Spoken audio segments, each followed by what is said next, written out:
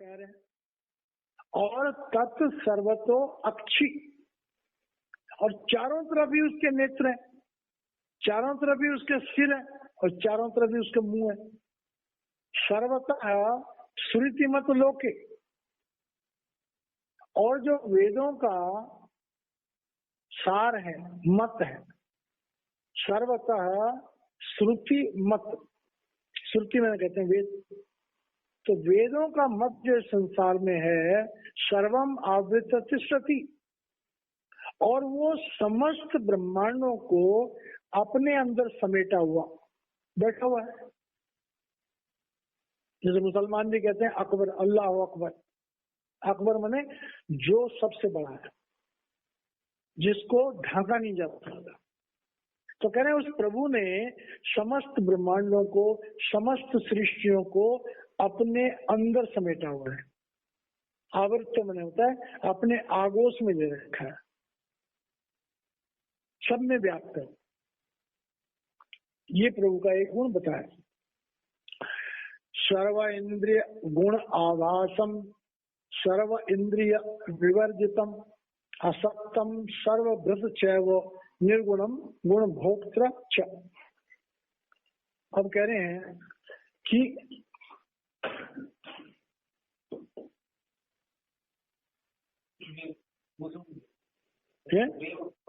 तो 200 नहीं मिले यार, अब मैं गिनूंगा, चल मैं गिन के बताऊंगा। तो इसमें कि सर्व इंद्रिय गुण आभासम, कि हम इंसान जो है, हम किसी इंद्रिय के द्वारा किसी अच्छी बुरी चीज को समझ पाते हैं, लेकिन भगवान जो है वो सब चीजों को ऑटोमेटिकली जानता है। अब ये गुण जो है, जैसे हम अपने सदगुरु की बात करते हैं, तो सदगुरु जो है अपनी सारी इंद्रियों से अपने आप ही जान जाते हैं। जैसे आश्रम में हम जाते हैं तो महाराज जी को पता होता है कि कौन आश्रम में आ रहा है। महाराज दर्शन सिंह जी कहा करते थे कि तुम क्या समझते हो, कोई शिष्य जब आश्रम में प्रवेश करता है तो तुम क्या सोचते हो, गुरु को पता नहीं है?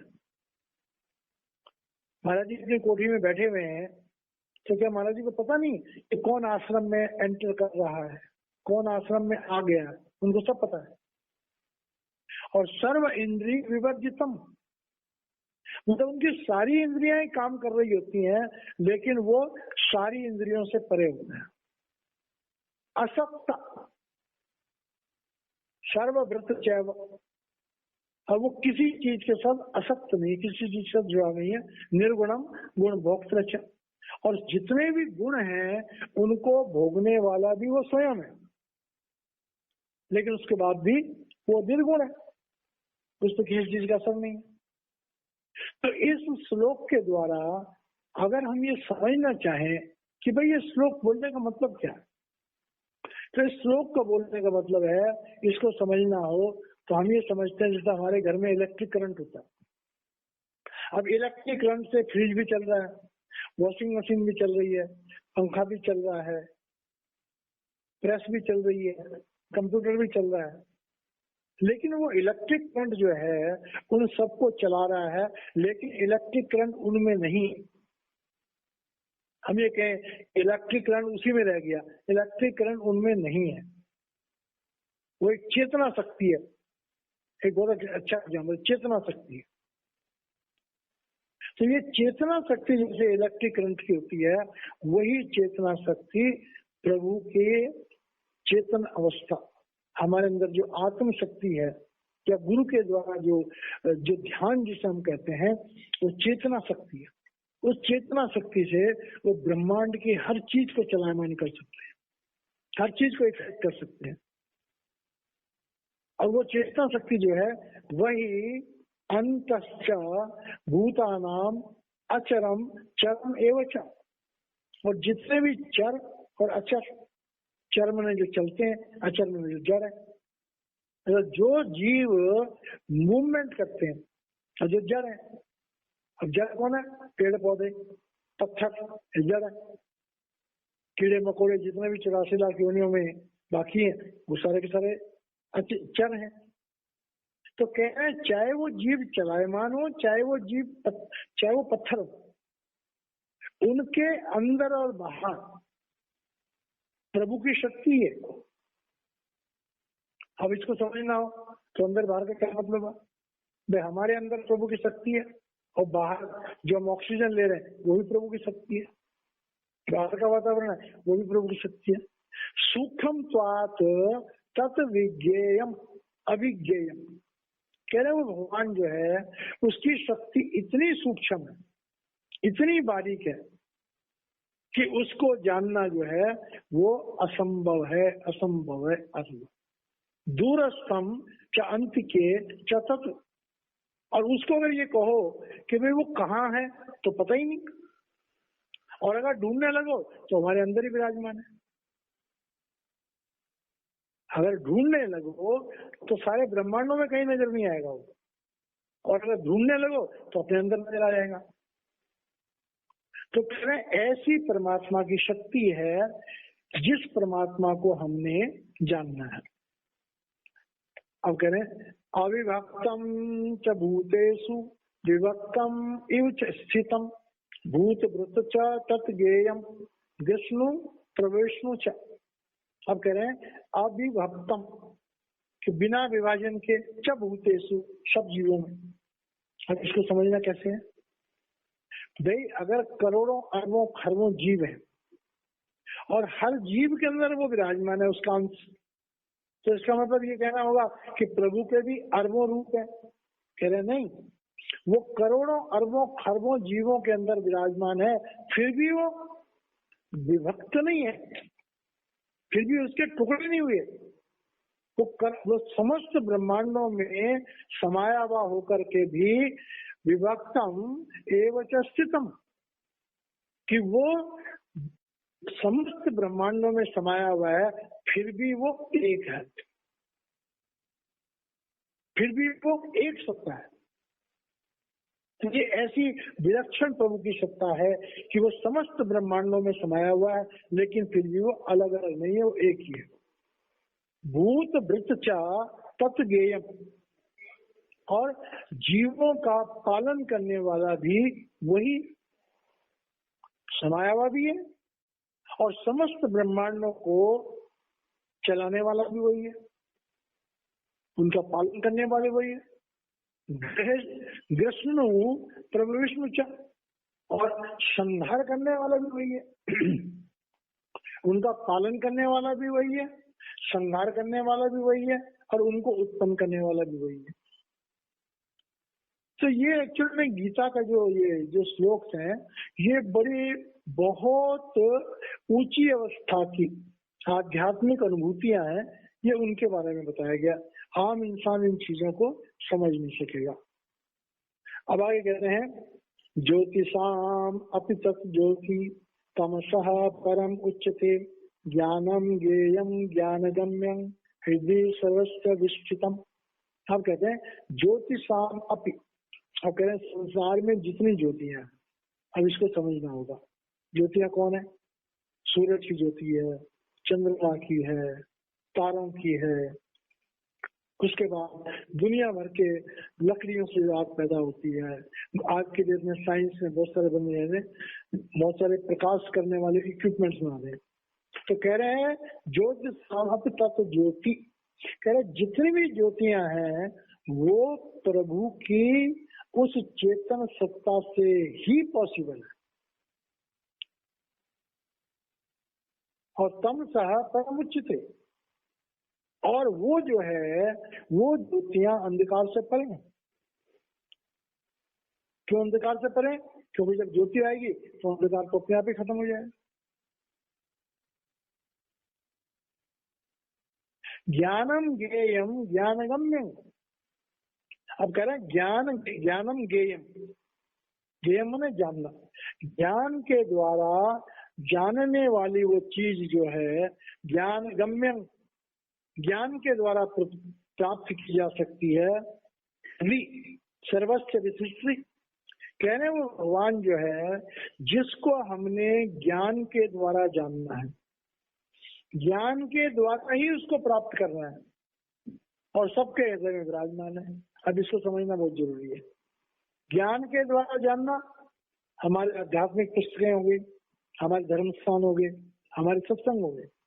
ज्ञान गम्य, ज्ञान के द्वारा से प्राप्त करना, ये हमारा भजन सिमरन हो गया, ध्यान अवस्था हो गई, समाधि अवस्था हो गई। हृदय सर्वस्व विस्तृतम, लेकिन वो सबके हृदय में विराजमान है। अब इसे कैसे जानेगा आदमी? जब तक हमारी सूरत सिमटेगी नहीं, तब तक इस अवस्था को हम नहीं जान सकते। प्योरली ये अध्यात्म की, समाधि की ऊंची अवस्थाओं का वर्णन है। ये अंदर में जो ज्योति प्रकट होती है, तो उस ज्योति के प्रकट होने पर ही हम इसको समझ पाएंगे।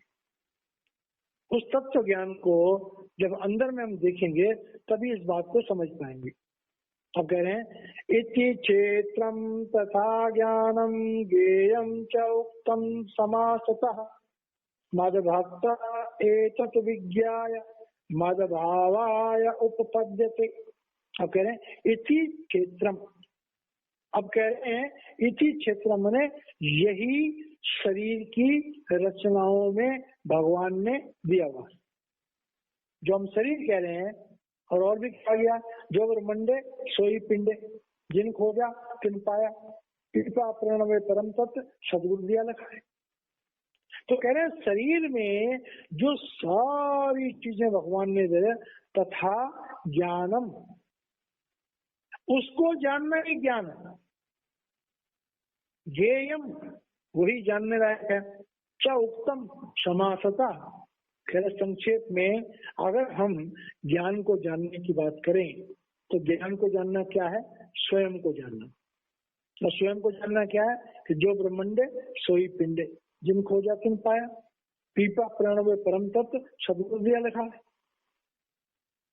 तो कह रहे हैं इस शरीर के अंदर जो कुछ है, घट में है सूझे नहीं, लानत ऐसी जिन, तुलसी या संसार को भयो मोतिया में, सब जग अंधा अंध कमाया, गुरु बिन मत दिन पाए, गुरु मिले तो आखी वेके, घर अंदर सब कुछ पाया। तो कह रहे हैं कि भाई इस शरीर के अंदर ही समस्त जो राज हैं वो प्रभु ने डाले। मद भक्ता एतत् विज्ञाय, भगवान कह रहे हैं जब तक तुम मेरे भक्त नहीं बनोगे, अब ये बात बड़ी समझने वाली है, जब तक तुम गुरु के भक्त नहीं बनोगे। अब गुरु के शरीर के भक्त नहीं, गुरु के ज्ञान के भक्त। जब तक तुम अंदर में शब्द और प्रकाश के साथ नहीं जुड़ोगे, मद भक्ता एतत् विज्ञाय, मुझे जिसने जानना है वही शब्द और प्रकाश से जुड़ेगा। मद भावाय उपपद्यते, और वो हमें कब मिलेगा? जब हमारे अंदर भावना पैदा होगी। भगवान क्या कहते हैं कि भाव का भूखा हूं मैं, और भाव ही बस सार है, और भाव से बचता जो कोई उसका बेड़ा पार। तो हमारे शरीर में समस्त ज्ञान जो है, जो प्रभु ने दिया हुआ है, भगवान कह रहे हैं कि जब तक तुम मेरे भक्त नहीं बनोगे, मेरे भक्त मतलब जब तक तुम शब्द और प्रकाश को जानने की इच्छा रखने वाले नहीं बनोगे, तब तक तुम अपने स्वभाव को मुझे प्राप्त करने लायक अवस्था तक नहीं पहुंचा सकते। तब तक तुम्हारे मन में मेरे प्राप्त करने के लिए पूरी तड़प नहीं होगी। प्रकृतिम पुरुषम चैव विद्धि अनादि उभौ अपि विकारांश गुणाश्चैव विद्धि प्रकृति संभवान। अब कहते हैं कि प्रकृतिम और पुरुषम, इस संसार का विभाजन करना तो क्या है? प्रकृतिम और पुरुषम। प्रकृति क्या है? भौतिक, पांच भूत, समस्त माया, ये प्रकृति है। अब पुरुषम क्या है? कि पुरुषम परमात्मा की चेतन सत्ता, चैव विद्धि अनादि। अब ये जो चीजें हैं ये अनादि है, इनकी कोई शुरुआत नहीं। न हम परमात्मा को जानते, न हम प्रकृति कब बनी, माया कब बनी, न हम उसको जानते। तो कह रहे हैं दोनों ही चीजें जो हैं ये अनादि हैं। नाशवान होने एक अलग बात है, इस पृथ्वी पर रही थी, कोई नहीं जानता ये पृथ्वी कब बनी। तो कह रहे हैं विकारांश गुणाश्चैव विद्धि प्रकृति संभवान। The person you हेलो विकारांश गुणाश्चैव विद्धि प्रकृति संभवान। अब कह रहे हैं कि भाई जो ये विकार है और जो गुण है, मतलब विकार कौन से, काम क्रोध लोभ में अहंकार, गुण कौन से, सतोगुण रजोगुण तमोगुण। तो कह रहे हैं जो माया प्रकट गई थी, जो 5 भूत प्रकट किए थे, उसी से ये 3 गुण और 5 विकार जो है वो इन्हीं से उत्पन्न हुए। तो मतलब क्या हुआ कि पुरुष अलग है और प्रकृति अलग है। अब कहते हैं कार्य करण कृतत्व हेतु प्रकृति उच्यते, पुरुषः सुख दुखानाम भोक्तृत्व हेतु उच्यते। अब कहते हैं कार्य करण कृतित्व, कह रहे हैं संसार में इस संसार के सृजन हेतु, सृजन करने के लिए, बनाने के लिए प्रकृति उच्चते, भगवान ने इस संसार की उन्नति के लिए, इसको आगे बढ़ाने के लिए ही इस प्रकृति का सृजन किया। अगर भगवान ने कुछ ये संसार नहीं बनाना होता तो वो 5 भूत को क्यों बनाता, पृथ्वी तत्व, जल तत्व, अग्नि तत्व, वायु तत्व क्यों उत्पन्न कर। पुरुषः सुख दुखानाम भोक्तृत्व, अब वो परमात्मा की शक्ति जो प्रकृति में इन 5 भूतों में आ गई है, वो परमात्मा की शक्ति इन 5 भूतों में आ गई है। अब वो इन 5 भूतों में आकर के संसार के सुख और दुखों को भोग रही है।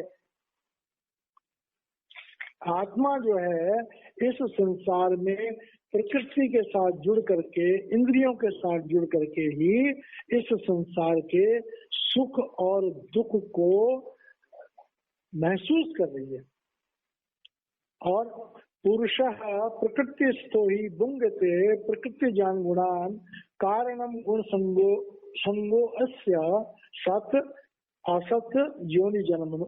अब कहते हैं पुरुष जो है, हमारा आत्मा जो है, वो प्रकृति, इस भौतिक जगत की इन वस्तुओं को भोगने के कारण से वो प्रकृति जान गुणा, प्रकृति के जो गुण हैं उनमें उलझ जाती है। मतलब हम कर्म करेंगे तो सतोगुण रजोगुण तमोगुण में कर्म करेंगे और वो ही हमारे कारण बन जाएंगे।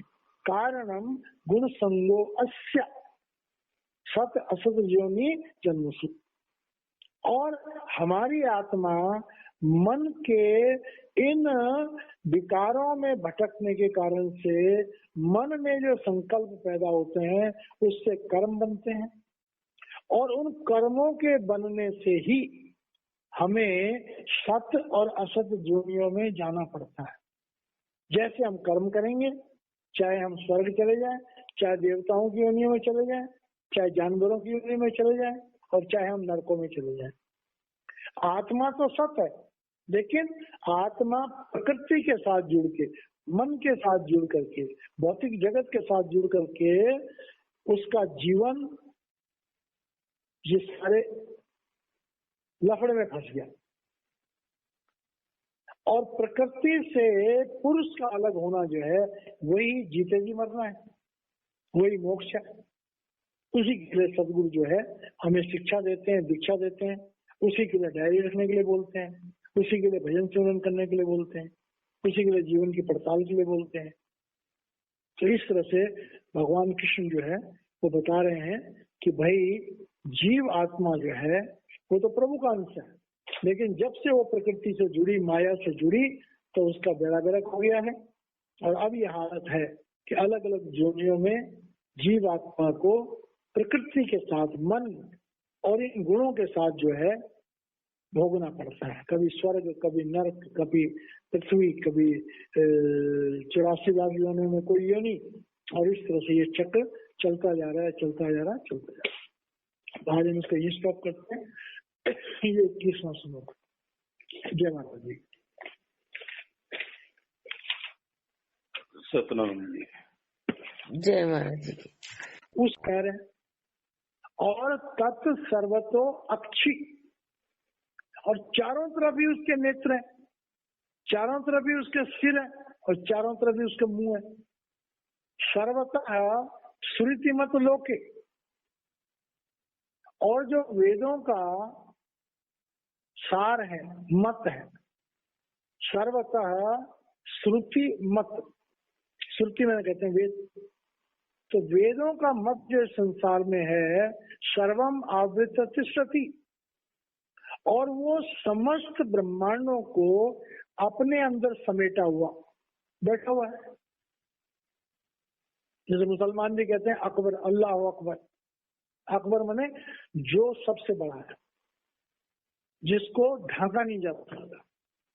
तो कह रहे हैं उस प्रभु ने समस्त ब्रह्मांडों को, समस्त सृष्टियों को अपने अंदर समेटा हुआ है। आवृत्त मैंने होता है अपने आगोश में ले रखा है, सब में व्याप्त है। ये प्रभु का एक गुण बताया। सर्व इंद्रिय गुण आभासम, सर्व इंद्रिय विवर्जितम, असक्तम सर्वभृत